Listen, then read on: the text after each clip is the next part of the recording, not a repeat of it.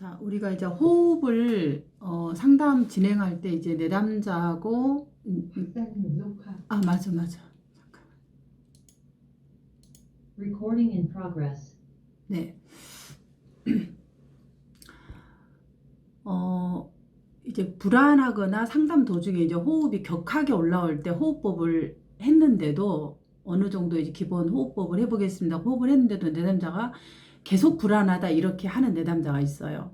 그럴 때 이제 상담자가 어떻게 해야 되냐면 이 불안에 이제 이 불안이라는 게 뭐냐 그러면 내가 불안하다라는 게 심박수가 빨라지고 손에 땀이 나고 이런 거잖아요. 이게 불안하다라는 증거가 신체에서 나타나는, 그래서 호흡이 빨라진 거예요. 그러면 일단은 이 내담자가 호흡을 안정화시키고 자기 심박수대로 뛰도록 해야 되는데, 이거 자체를 급하게 아까 이제 제가 아이의 비유를 들어주듯이 상담사가 일단은 괜찮다라는 멘트가 제일 중요해요. 그러니까 이걸 불안을 타당한다고 하는데 어떻게 하냐면은 맞아요. 이게 내담자 선생님 지금도 그래도 불안해요 이렇게 얘기를 하는 거예요. 그럴 때 맞아요.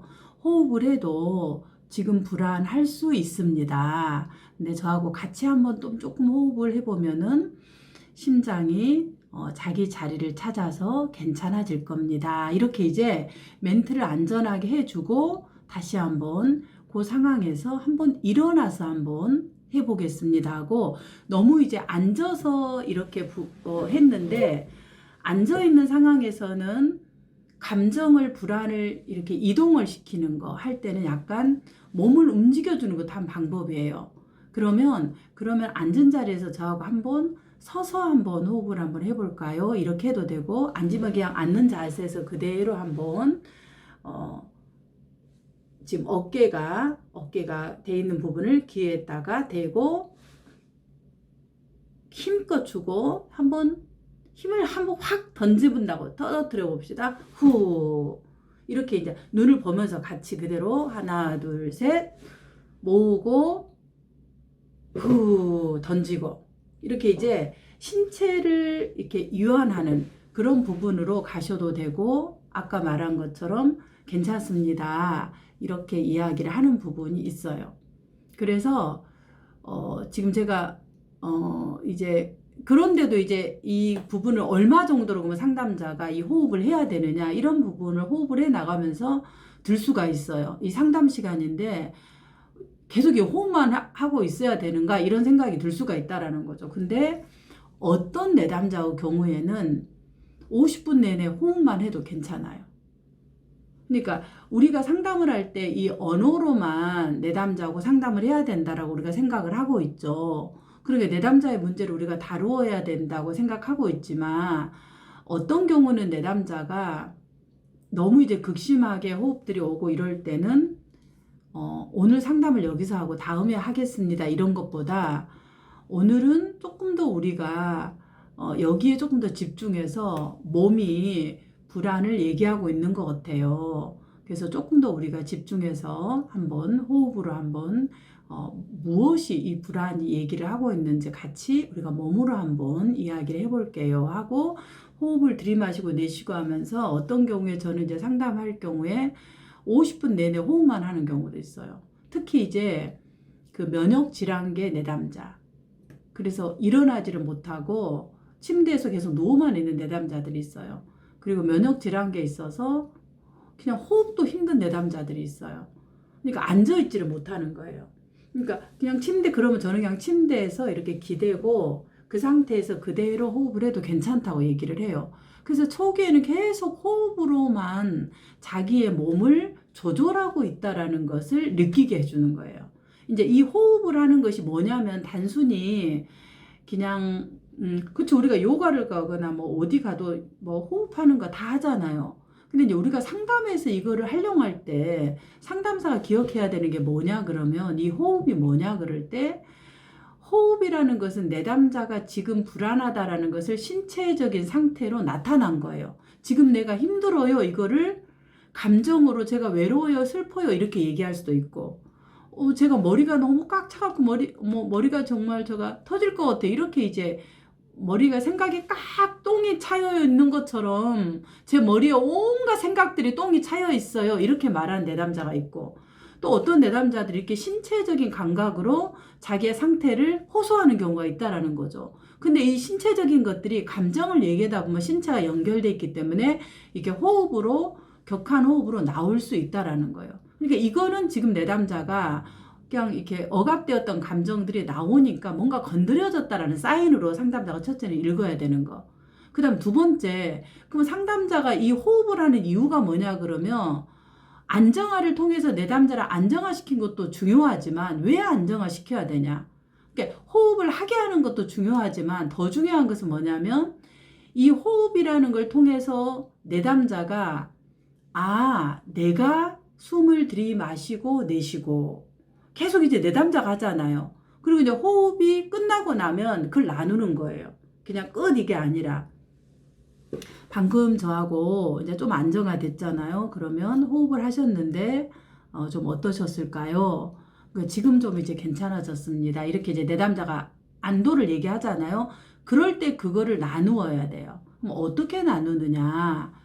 호흡하시는데 지금 좀 편안하시는데 지금 이런 호흡을 저희가 한 30분 정도 하셨는데 어떤 것들을 좀 느껴지셨을까요? 그럴 때 이거 호흡만으로도 내가 이렇게 괜찮아졌다라는 것을 알 수 있었다. 뭐 이제 대체적으로 그런 얘기를 하죠. 그럴 때 상담자가 내담자 이야기를 듣고 한 번 더 되돌려줘야 될 상담자의 관점이 뭐냐면, 이런 것이 좀 더 필요하지 않을까 생각합니다. 결국 우리 민들레님께서 내가 숨을 들이마시고 내쉬고 들이마시고 내쉬고 이 과정을 통해서 민들레님 스스로가 호흡으로 이 감정을 조절할 수 있다라는 것들이 저는 들려집니다. 이렇게 이제 이 과정을 상담자가 해석을 해주는 거예요. 왜 그러냐면 대부분의 이 불안한 사람들은 뭔가요? 내가 서 있는 것도 불안하고 앉아 있는 것도 불안해요. 그래서 이야기를 들어보면 늘 내가 다리가 땅바닥에 착지가 안 돼 있다 그래요. 늘 허공이 둥 떠 있다 그러고, 혹은 내 생각이 둥둥 하늘을 떠다닌다고 이렇게 얘기를 해요. 그러면 이제 상담에서 상담자가 이런 과정을 통해서 내담자에게 안심을 주는 거잖아. 안정화라는 거. 그럼 이 안심에서 숨을 안정화시켜 주는 거는 뭐 요가 선생님도 하고 누구나 다 할 수 있는 거예요. 근데 상담자가 우리가 해야 되는 다른 점은 뭐냐면, 이 과정을 통해서 민들레님 스스로가 숨을 들이마시고 내쉬고, 당신 스스로가 했다. 그러니까 숨을 들이마시고 내쉬고 이걸 안 한 사람이 어디 있어요? 그러지 마. 우리가 이거를 사실은 너무나 당연하게 여기지만 사실은 좀 더 객관적으로 보면은 숨을 들이고 마시고가 우리가 하지만은 못하고 있는 분이 얼마나 많아요. 산소 호흡기를 부착해서 하는 것도 있고.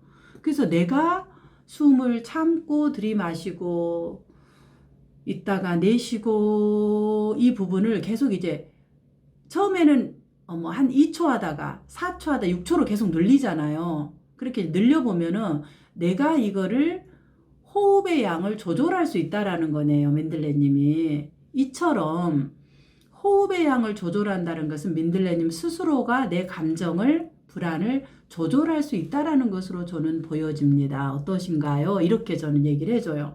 그러면 내담자들이 그까지는 내가 생각을 못했어요. 결국 이걸 통해서 내담자에게 뭘 주냐면, 당신 스스로 불안을 조절할 수 있는 힘이 있다. 이 얘기를 내담자에게 주는 거예요. 상담자가. 그러면 내담자 입장에서는 이 소리가 어떻게 들릴까요? 내가 조절할 힘이 있구나.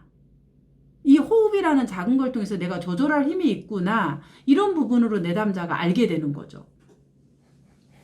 그래서 이제 그런 부분을 알려주고, 그 다음에 이제 이걸 경험을 했잖아요. 그러면 이제 상담자가 이걸 내담자에게 그 다음 줄 때는 두 번째 어떤 걸 연결해야 되냐면, 지금 저하고 뭐 10분 해보셨어요.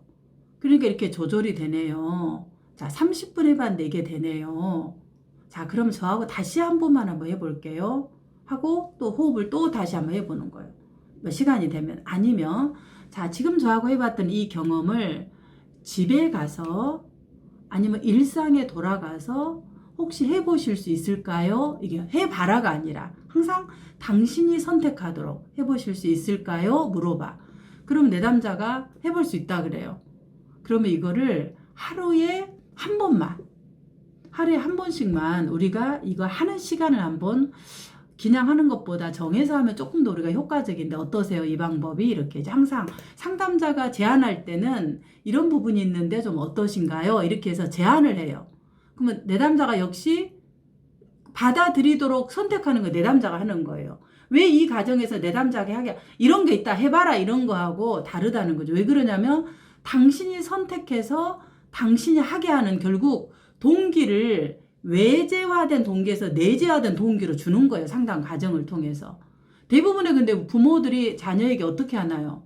외재화된 동기를 주잖아. 너 이거 해야 돼. 6시까지 이거 안 하면 어떻게 해? 치킨? 주말에 없다? 피자? 날아가는 거야? 이런 게 이제 전부 다 외재화된 동기를 쓰는 거잖아요. 그러니까 상담에서도 상담자가 내담자에게 이렇게 선택하도록 하는 것은 TCI의 자율성에서 본인이 선택하고 본인의 목적의식을 가지고 본인이 했던 부분에 대해서 스스로 유능감을 가지고 내가 할 수 있는 것과 없는 것에 대한 자기의 한계를 설정하고 그런 나를 인정하고 자기 일치를 하게 하는 자율성을 증가시키기 위해서 이렇게 하는 거예요. 그러니까 모든 이런 상담자의 개입이나 행동이나 이런 선택이나 질문의 결국 궁극적인 것은 내담자의 무엇과 연결될까요? 내담자의 정체성에서 스스로 자율성을 가져가도록 하는 것에 기결이 되는 거예요. 그래서 결국 당신 스스로 자기 삶의 주인공, 자기 목소리의 주인공이 되어서 내가 선택하고 내가 하도록 하는 부분으로 기결될 수 있다는 것이 이제 오늘 호흡법에서 우리가 내담자에게 해석으로 돌려주도록 하는 것에 가장 어떤 주목해야 될 부분이라고 보아집니다. 그리고 이제 그 나머지 공간에서는 이제 내담자가 또 상담자하고 다시 새롭게 이제 제가 얘기했던 부분을 또 변형해서 해도 돼요. 부분들. 대부분 이제 이렇게 하고 나면 내담자들이 뭐라고 얘기하냐면